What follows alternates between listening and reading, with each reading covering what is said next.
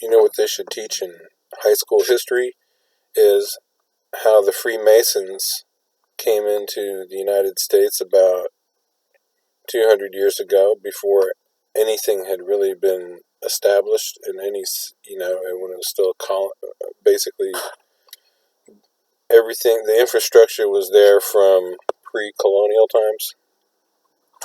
And they came in and they created local municipalities and the municipal code and started enforcing it with sheriffs, counties, and into counties. And then whenever a town started, they would create a police department and they would further these municipalities.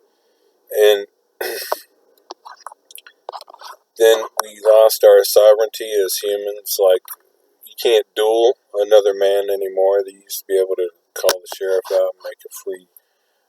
He would make it a fair fight, and that's all the sheriff's job has ever been in the beginning, was to make things fair. That's what the municipal code was for. If two people had a problem, they would use the municipal code to figure out what was right in the municipal court, but there was no municipal law, and so now you've got police officers who are a part of the same court, the judge, and he goes out there and he sends these police officers out there to enforce the municipal code, even when nobody gets hurt.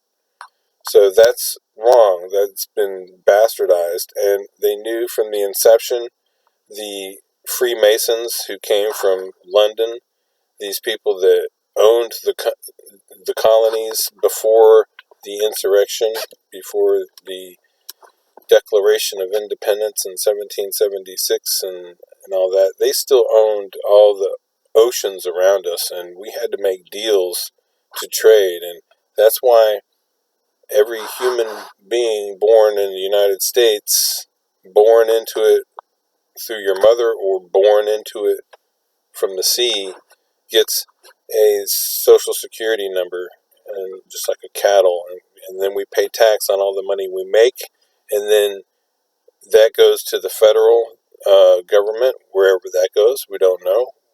Even the president can't audit the IRS to find out, even though they're a private institution. They are listed in the blue section in the phone book, right next to Federal Express, because the Federal Reserve Bank is just a big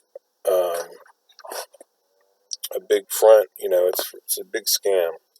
So the scam that they started out with was the Freemasons coming in here and building the little, everything looks Romanesque, you can tell it's all got the bell tower and the town square and the police department and everything.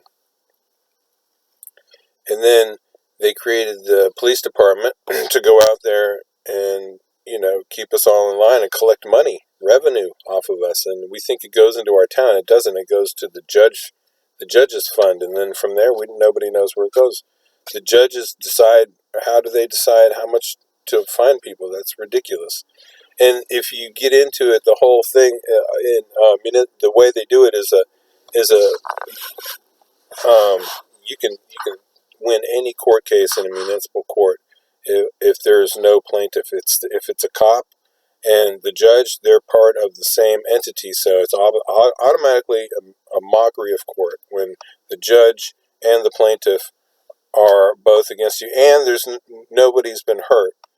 No damages have been incurred, and then they'll still try to get you in every other way, just by bringing you back into court, by having to tell you when to be at court, or they can put you can go to jail for anything from jaywalking to not having your seatbelt on, because you didn't show up in court. They'll put a warrant out for your arrest. And all because you signed that driver's license deal, that apparently you don't really need, but they will harass you, and they have all the guns and the power and the intimidation, and they use every form of it they can, from the blinking lights and everything, and stopping you while you're traveling on the side of the road, in a dangerous situation and all that kind of stuff. It's just ridiculous. Anyway, so if you want to break it down, you look back where it all came from, and that's when the ships came over here, and it was just open territory, and a British captain, would come over here and on a ship, and the British captain would be the ruler of it. That would be a little piece of England within the border of the ship. So he would be the governor of that little sovereign. The name of the ship would be the name of the town. That became the name of the town, and then that ship became the courthouse, and that courtroom, the municipal courtroom with the judge, became the captain's deck, and it all has the same furniture. You come onto the thing, it has the same customs. You rise when he comes in. It's all the same language. They use the same archaic, words that only a lawyer understands. That's why you have to have a lawyer. The lawyer's totally on their side. He's totally embedded into their system. It's all a bunch of bullshit. In fact, he's the most evil one because he's pretending like he's on your side. Never get a lawyer. You don't even, so if you know what you're doing, you can get out of any court case. I told you it's a mockery of court for one reason, because, both entities are the same, but at the same level, they bring you in first for an arraignment, and all you can do is, according to the judge, is plead guilty or not guilty, or get thrown out of the court. So once you plead, here's the trick: once you plead guilty or not guilty, you're accepting their game. You're playing their game. So don't do that. You stop right there and you say, I'm representing myself. I want to know, is this a criminal case or a civil case? Because there's only two forms of law: criminal law and civil law. And if they try to tell you it's a municipal law, say there is no such thing as municipal law. You can go down to the city hall before the arraignment too, and you can discuss this with the city lawyer and get his opinion on things. That'll shake them up.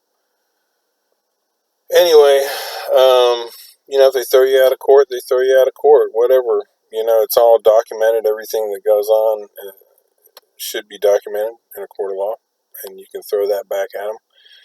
And so there's no law saying that they'll say that it's municipal law, but there is no such thing. Ask them where that's where are the books on municipal law. Anyway, it's a municipal code, and that's totally different. That's a way to settle a dispute between two sovereign entities in an impartial court where the judge is impartial and not one of the entities. Anyway, that's all for now. Peace out.